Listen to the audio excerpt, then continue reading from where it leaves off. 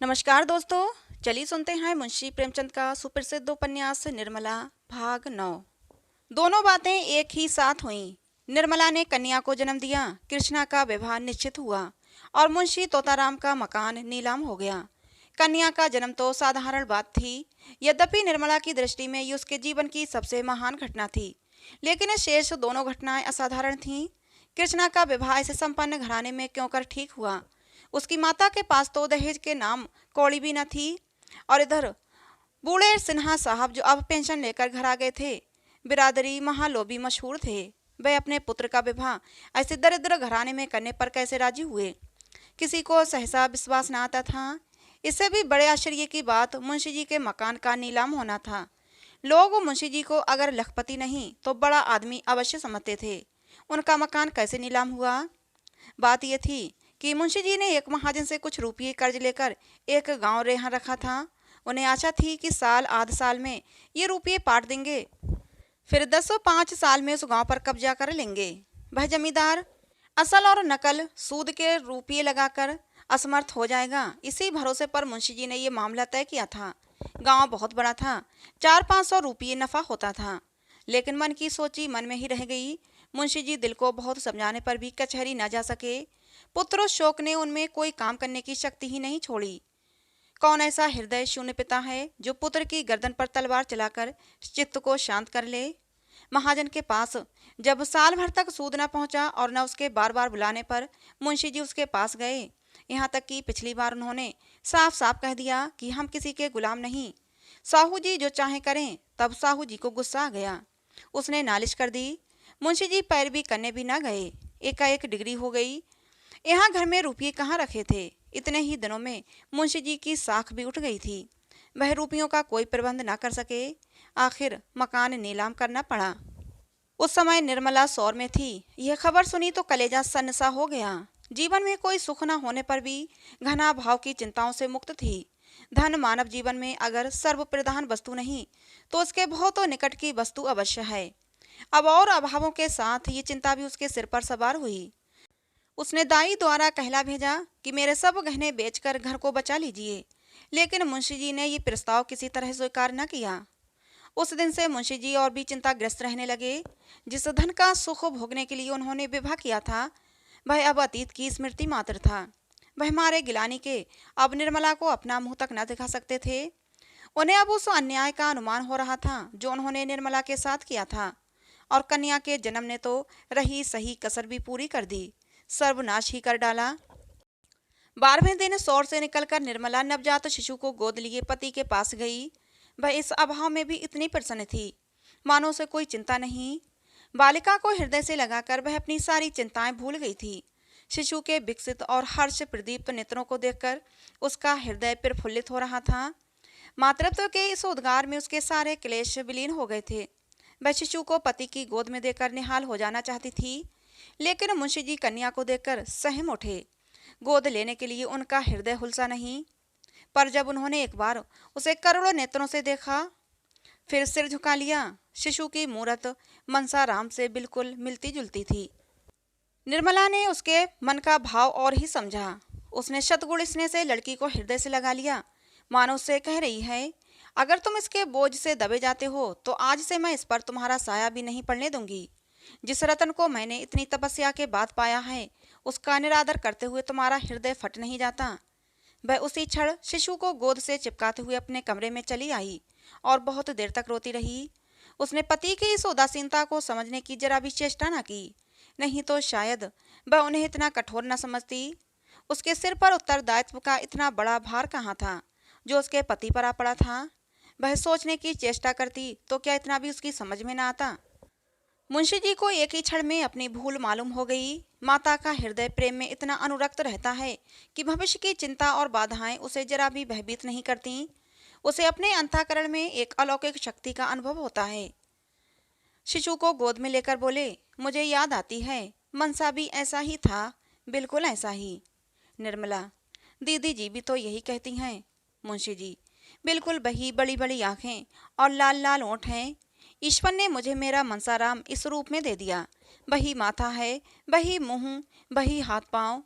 ईश्वर, तुम्हारी लीला अपार है। तभी रुक्मणी आ गई और मुंशी जी को देखते हुए बोली, देखो बाबू, मनसाराम है कि नहीं? वही आया है, कोई लाख कहे पर मैं न मानूंगी, साफ साफ मनसाराम है। मुंशी जी, बहन, एक एक अंग तो मिलता है, बस भगवान ने मुझे मेरा मनसाराम दे दिया। क्यों री, तू मनसाराम ही है ना? छोड़कर जाने का नाम न लेना, नहीं फिर खींच लाऊंगा। कैसे निष्ठुर होकर भागे थे, आखिर पकड़ ही लाया कि नहीं? बस कह दिया, अब मुझे छोड़कर जाने का नाम न लेना। देखो बहन, कैसे टुकुर टुकुर ताक रही है। उसी क्षण मुंशी जी ने फिर से अभिलाषाओं का भवन बनाना शुरू कर दिया। मोह ने उन्हें फिर संसार की ओर खींचा। मानव जीवन तो इतना क्षणभंगुर है, पर तेरी कल्पनाएं कितनी दीर्घकालु।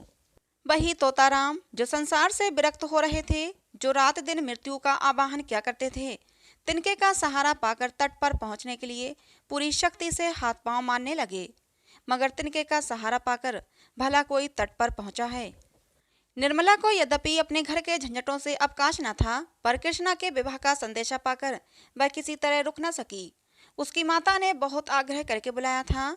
सबसे बड़ा आकर्षण ये था कि कृष्णा का विवाह उसी घर में हो रहा था जहां निर्मला का विवाह पहले तय हुआ था। आश्चर्य यही था कि इस बार ये लोग बिना कुछ दहेज लिए कैसे विवाह करने पर तैयार हो गए। निर्मला को कृष्णा के विषय में बड़ी चिंता होती थी। समझती थी मेरी ही तरह वह भी किसी बुढ़े के गले मर दी जाएगी। बहुत चाहती थी कि माता की कुछ सहायता करूं, जिससे कृष्णा के लिए कोई योग्य वर मिले।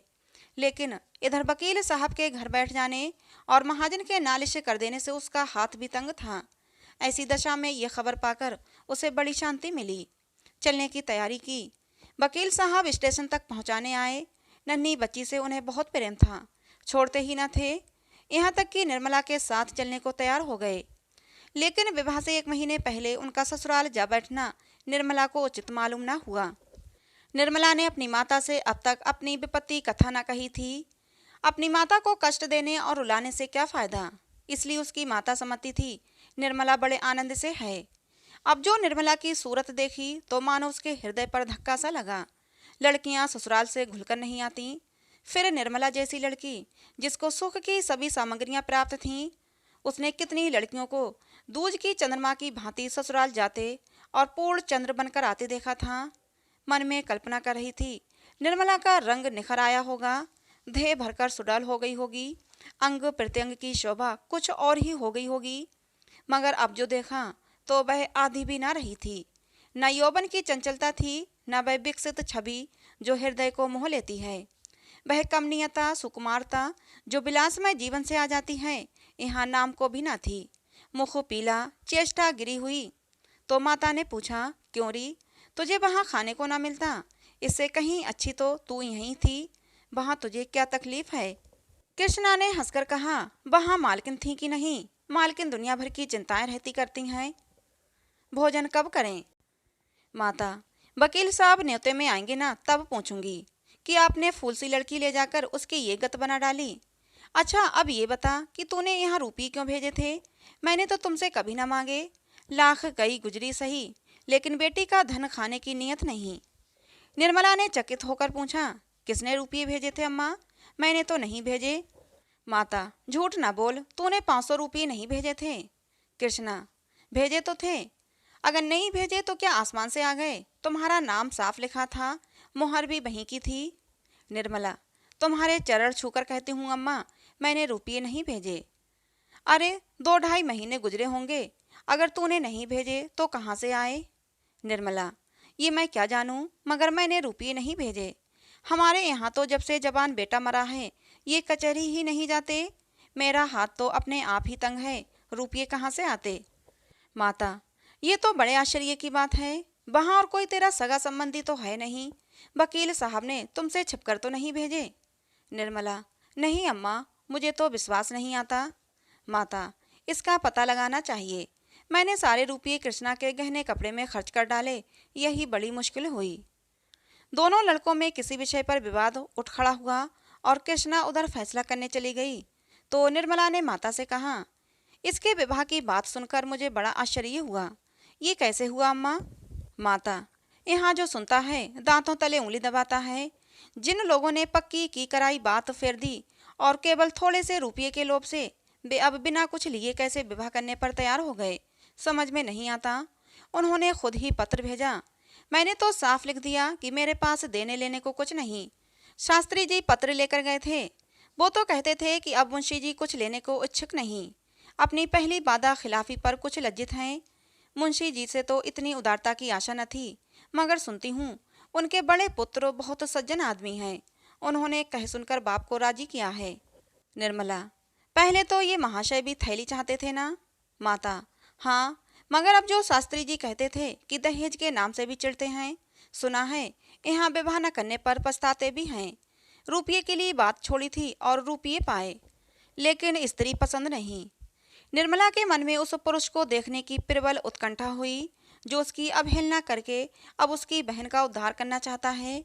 प्रायश्चित सही, लेकिन कितने ऐसे प्राणी हैं जो इस तरह प्रायश्चित करने को तैयार हैं। उनसे बातें करने के लिए, नम्र शब्दों से उनका तिरस्कार करने के लिए, अपनी अनुपम छवि दिखाकर उन्हें और भी जलाने के लिए निर्मला का हृदय अधीर हो उठा। रात को दोनों बहनें एक ही कमरे में सोईं।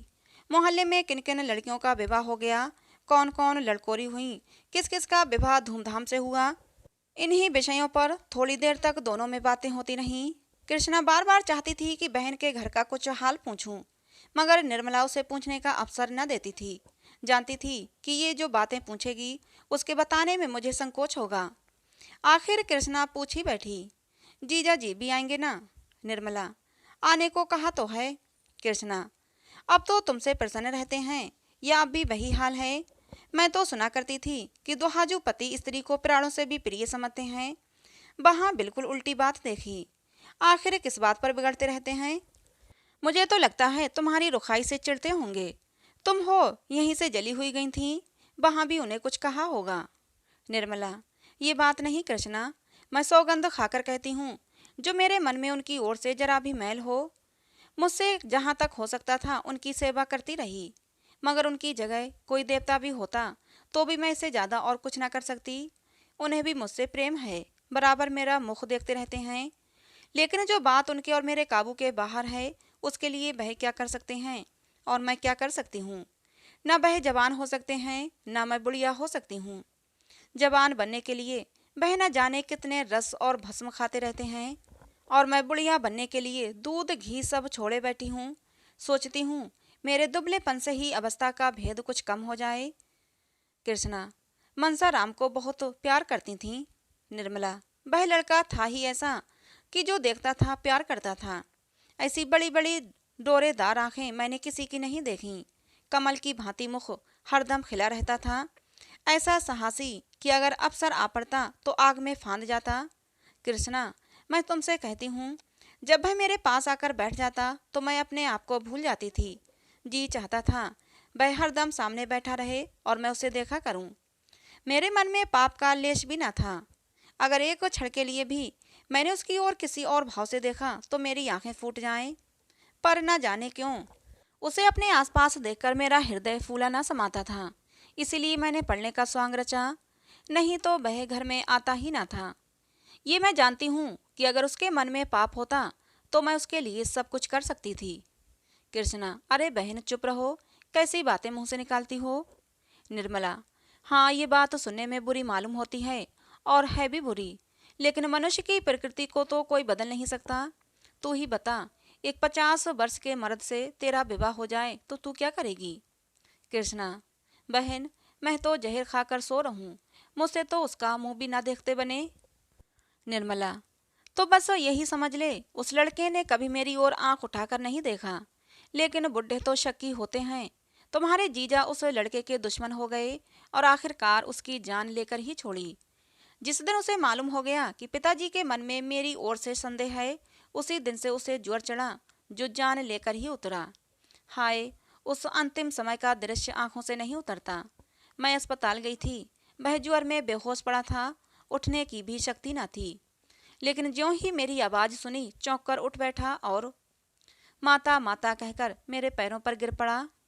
कृष्णा, उस समय ऐसा जी चाहता था कि अपने प्राण निकालकर उसे दे दूं। मेरे पैरों पर ही वह मूर्छित हो गया और फिर आंखें न खोलीं। डॉक्टर ने उसकी देह में ताज़ा खून डालने का प्रस्ताव किया था, यही सुनकर मैं दौड़ी गई थी, लेकिन जब तक डॉक्टर लोग वह प्रक्रिया आरंभ करें उसके प्राण निकल चुके थे। कृष्णा, ताजा रक्त पड़ जाने से क्या उसकी जान बच जाती? निर्मला, कौन जानता है, लेकिन मैं तो अपने रुधिर की अंतिम बूंद तक देने को तैयार थी। उस दशा में भी उसका मुखमंडल दीपक की भांति चमकता था। अगर वह मुझे देखते ही दौड़कर मेरे पैरों पर न गिर पड़ता, पहले कुछ रक्त देह में पहुंच जाता तो शायद बच जाता। कृष्णा, तो तुमने उसे उसी वक्त लिटा क्यों न दिया? निर्मला, अरे पगली, तू अभी तक बात न समझी। वह मेरे पैरों पर गिरकर और माता पुत्र का संबंध दिखाकर अपने बाप के दिल से ये संदेह निकाल देना चाहता था। केवल इसीलिए वह उठा था। मेरा कलेश मिटाने के लिए उसने प्राण दिए और उसकी ये इच्छा पूरी हो गई। तुम्हारे जीजा जी उसी दिन से सीधे हो गए। अब तो उनकी दशा पर मुझे दया आती है। पुत्र शोक उनके प्राण लेकर छोड़ेगा। मुझ पर संदेह करके मेरे साथ जो अन्याय किया है वह उसका प्रतिशोध कर रहे हैं। अब उनकी सूरत देखकर तू डर जाएगी। बूढ़े बाबा हो गए हैं, कमर भी कुछ झुक गई है। कृष्णा, बुढ़े लोग इतने शक्की क्यों होते हैं बहन? निर्मला, ये जाकर बुढ़ों से पूछो। कृष्णा, मैं समझती हूँ उनके दिल में हरदम एक चोर सा बैठा रहता होगा कि इस युवती को प्रसन्न नहीं रख सकता, इसलिए जरा जरा सी बात पर उन्हें शक होने लगता है। निर्मला, जानती हो फिर मुझसे क्यों पूछती हो? कृष्णा, इसलिए बेचारा स्त्री से दबता भी होगा और देखने वाले समझते होंगे कि ये अपनी स्त्री से कितना प्रेम करता है। निर्मला, तूने इतने ही दिनों में इतनी बातें कहाँ से सीख ली? चल इन बातों को जाने दे। बता, तुझे अपना वर पसंद है? उसकी तस्वीर तो देखी होगी। कृष्णा, हाँ लाई तो थी, लाऊं देखोगी? एक क्षण में कृष्णा ने तस्वीर लाकर निर्मला के हाथ में रख दी। निर्मला ने मुस्कुराकर कहा, तू बड़ी भाग्यवान है। कृष्णा, अम्मा जी ने भी बहुत पसंद किया। निर्मला, तुझे पसंद है कि नहीं सो कहे, दूसरों की बात ना चला। कृष्णा लजाती हुई बोली, शक्ल सूरत तो बुरी नहीं, स्वभाव का हाल ईश्वर जाने। शास्त्री जी तो कहते थे ऐसे सुशील और चरित्रवान युवक कम होंगे। निर्मला, यहाँ से तेरी तस्वीर भी गई होगी। कृष्णा, हाँ गई तो थी, शास्त्री जी लेकर गए थे। निर्मला, उन्हें पसंद आई? कृष्णा, अब किसी के मन की बात मैं क्या जानूं? शास्त्री जी कहते थे बहुत तो खुश हुए थे। निर्मला, अच्छा बता, तुझे क्या उपहार दूं? अभी से बता दे, जिससे कि बनवा के रखूं। कृष्णा, जो तुम्हारा जी चाहे देना। उन्हें पुस्तकों से बड़ा प्रेम है, अच्छी अच्छी पुस्तकें मंगवा देना। निर्मला, उनके लिए नहीं पूछती, तेरे लिए पूछती हूँ। कृष्णा, अपने लिए ही तो मैं कह रही हूँ। निर्मला तस्वीर की तरफ देखती हुई बोली, कपड़े तो सब खद्दर के मालूम होते हैं। कृष्णा, हाँ खद्दर के बड़े प्रेमी हैं। सुनती हूँ कि पीठ पर खद्दर लाद कर देहातों में बेचने जाया करते हैं। व्याख्यान देने में भी बड़े चतुर हैं।